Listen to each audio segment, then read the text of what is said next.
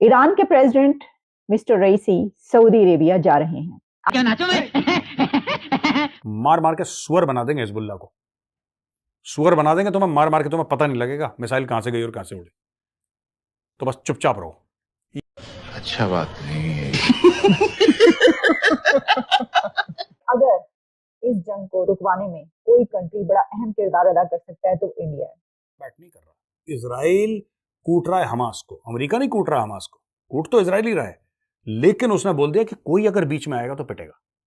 Iran ने भी बड़ी बड़ी स्टेटमेंट दी, इवन तुर्की की बात करें, बड़ी बड़ी स्टेटमेंट। तो फिर ईरान ने इतनी बड़ी स्टेटमेंट दी तो उसने मोदी जी को क्यों फोन किया? अच्छा, हिजबुल्लाह बड़बोले लोग हैं, लंबी जबान है, ठीक है, लाठी छोटी जबान बहुत लंबी। वही पाकिस्तानी पंजाबियों वाला हाल है हिजबुल्लाह का भी, 5-5 फुट लंबी जबान है, पोछा लगाने के लिए काम आती है। पुष्पा नाम सुन के फ्लावर समझे क्या? फ्लावर नहीं, फायर है। The kind of I would say the protest in favor of Hamas is bad. In favor of Palestine is good. No problems at all. जय हिंद दोस्तों।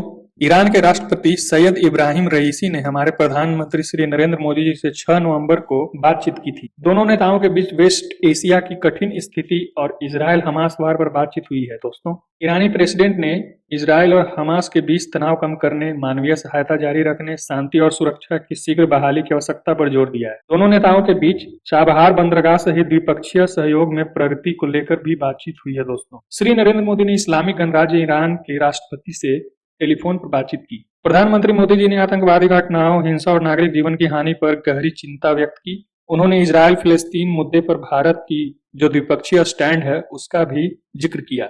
दोस्तों, इसी बीच ईरान के प्रेसिडेंट सैयद इब्राहिम रईसी ने मोदी जी से अपील कर दी कि आपसे जो भी हो सकता है वो आप करें इजराइल हमास वार को रुकवाने के लिए। दोस्तों, पाकिस्तानियों की तो फिर से सुलग चुकी है कि कैसे एक इस्लामिक देश का प्रेसिडेंट भारत से मदद की गुहार लगा रहा है। दोस्तों, जैसा कि आपको पता होगा कि गाजा पट्टी के गाजा सिटी जो कि नॉर्दर्न गाजा है उसे चारों तरफ से इजरायली फोर्स ने घेर लिया है और सॉर्दर्न गाजा से उसका कनेक्शन बिल्कुल ही कट कर दिया है। अब देखना यह है दोस्तों कि आतंकी हमास के लोग कब तक बिना खाए पिए वहां रह पाते हैं, क्योंकि इजराइल ने फूड सप्लाई, इलेक्ट्रिसिटी सप्लाई और वाटर सप्लाई सब कनेक्शन काट दिए हैं उन्हें घेर कर। इजराइल की इसी स्ट्रेटेजी से 57 मुस्लिम देश इंक्लूडिंग ईरान, अफगानिस्तान और टर्की घबराए हुए हैं। दोस्तों, अब तो हमास का इजरायली फोर्स गेम बजा डालेगी। दोस्तों, जैसा कि आप जानते ही हैं कि ईरान और सऊदी अरेबिया के बीच सालों से दुश्मनी चलती आ रही है। इसकी वजह है शिया सुन्नी विवाद। एक्चुअली में ईरान में शिया मुस्लिम है और सऊदी में सुन्नी मुसलमान है। पाकिस्तान में भी सुन्नी है, तभी इनका भी ईरान से नहीं बनता और सऊदी की तो ये पूजा करते हैं क्योंकि वो तो इनके बॉस हैं। दोस्तों, इजराइल ने हमास का जो बुरा हाल किया और लगभग सफाया करने के कगार पर है, तब से ये 57 मुस्लिम देश बेचैन हो गए हैं और इस संडे को शायद OIC की मीटिंग भी होने वाली है और यह सब वजहों के कारण ईरान के राष्ट्रपति सऊदी भी चले गए दुश्मनी को भुलाकर। दोस्तों, पाकिस्तान का मौलाना रहमान भी कतर में नहले पे दहला करने गया हुआ है और हमास के सपोर्ट में खड़ा हो गया है और हमास के लीडर से मिल रहा है और जहर घोलने की प्लानिंग कर रहा है। दोस्तों, तो ठीक है, इस पर पाकिस्तानी मीडिया का क्या रिएक्शन है वो देखते हैं। दोस्तों, कि इजराइल ने जो ग्लोबल सिंपैथी हासिल की थी अक्टूबर 7 के बाद, उसने बहुत जल्दी से उसे एक्सपायर कर दिया है और हर जगह अब सिंपैथी फ़लस्तीनियों के लिए बढ़ रही है, सिवाय इंडिया के एक छोटा से तबके में। आप कह रहे हो मोदी जी पैचअप करवा दो, मोदी जी इस जंग को बंद करवा दो, इस जंग की सुलह करवा दो। तो देखिए, एक बार पढ़ के देखिए, दुबई में एक बार पढ़ के देखिए नमाज। और मुस्लिम कंट्रीज हैं और शरिया कानून लागू है, ठीक है। सऊदी अरब में तो है शरिया कानून पूरा लागू। सऊदी अरब में 20-50 लोग इंडिया से, पाकिस्तान से, किसी और देश से, कहीं से भी आप सऊदी अरब में सड़क के बीच में नमाज पढ़ के देखो, फिर देखो क्या मजा आता है। को बताया कि टेलीफोनिक कन्वर्सेशन हुई है प्राइम मिनिस्टर नरेंद्र मोदी और प्रेसिडेंट इब्राहिम रईसी के बीच। उस हमास एक आतंकी संगठन है। हमास अगर पर आजू जी एक बड़ी विडंबना है, विश्व भर में मुझे लगता है प्रोटेस्ट हो रहे हैं, from Washington to France to London to Pakistan to India, you find all over. पर जहां पर हो रहा है वहां प्रोटेस्ट नहीं हो रहे हैं, यानी कि Palestinians themselves are not opposing. चाहे वो मुस्लिम कंट्री हैं, चाहे वो नॉन मुस्लिम कंट्री हैं, चाहे उनके कोई भी ऑब्जेक्टिव है, तो टेररिज्म को एज अ प्रॉक्सी इस्तेमाल किया जा रहा है। मैं ये नॉन स्टेट एक्टर्स को एज अ प्रॉक्सी इस्तेमाल किया जाता है, उनको सपोर्ट किया जाता है, उनको क्रिएट किया जाता है। शेख ऊंट पे बांध के ना आपको पीछे और ऊंट दौड़ाएगा सामने, ये करेगा शेख। करके देखो एक बार। प्रेसिडेंट रईसी ने बात की है इंडिया के प्राइम मिनिस्टर नरेंद्र मोदी साहब से, और इस बातचीत में ईरान की तरफ से इंडिया से हेल्प मांगी गई है, दरखास्त की गई है कि इस क्राइसिस को एस्केलेट होने से रोका जाए और इंडिया अपनी तमाम कैपेबिलिटीज इस्तेमाल करे।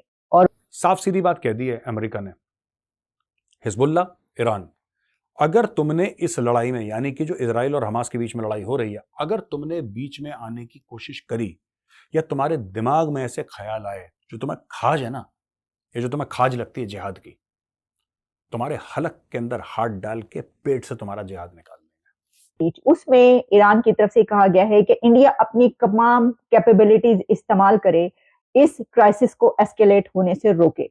वही दाइश जो कभी मिडिल ईस्ट में एक्टिव थी, वही दाइश इधर आकर एक्टिव हो जाती है। वही अलकायदा जो अफ्रीका में हुआ करती थी, वही अलकायदा हमारे रीजन में आकर एक्टिव हो जाती है, और वही अलकायदा आपको फार ईस्ट में भी कभी कभी नजर आती है।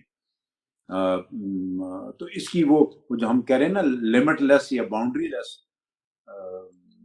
फिनोमेना है terrorism. Prime minister Narendra Modi की तरफ से जिस बात पर जोर दिया गया है वो ये है कि ये जो इस वक्त क्राइसिस इतना बड़ा बन चुका है, इसमें ह्यूमैनिटेरियन एड पर जो है वो देखा जाए, और इसी के साथ इसको एस्केलेट होने से प्रिवेंट किया जाए, और साथ ही जो इस वक्त ये सिचुएशन है, इस जंग को आगे बढ़ने से कैसे रोका जाए।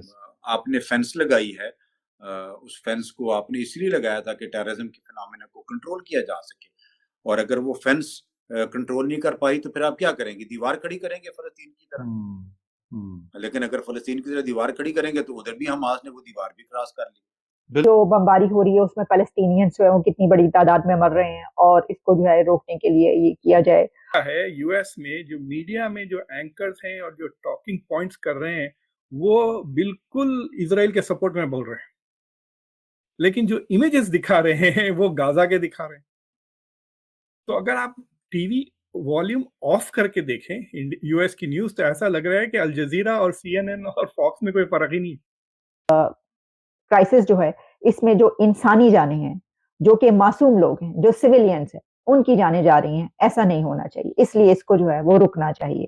देखिए ना, ईरान ने अगर फोन किया इंडिया को, मुस्लिम मुमालिक ने इंडिया की हेल्प मांगी है, जिसे हम काफर कहते हैं, यहूदी कहते हैं, हिंदू कहते हैं, बुरा कहते हैं, मुसलमानों का कातिल कहते हैं, जिसे आज मुस्लिम उम्मा सब इंडिया की तरफ देख रहे हैं कि इस जंग को किस तरह बंद करवाया जाएगा। ईरान शियास को रिप्रेजेंट करता है, तो वहीं पर जो सऊदी अरेबिया है वो सुन्नी को रिप्रेजेंट करता है।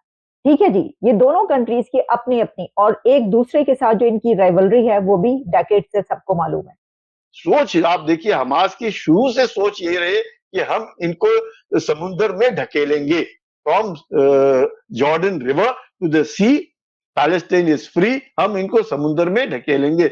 आशा करता हूं तो कि आपको यह वीडियो काफी अच्छा लगा होगा। तो इसी तरह का वीडियो देखने के लिए आप मेरे YouTube चैनल हिंदुस्तान के साथ को सब्सक्राइब करें, इस वीडियो को लाइक और शेयर करें, अपना विचार कमेंट बॉक्स में जरूर दें, और बेल आइकन को दबाना ना भूलें ताकि आपको हमारा नोटिफिकेशन समय पर मिल सके। तो मिलते हैं दोस्तों एक नए वीडियो में, तब तक जय हिंद, जय भारत।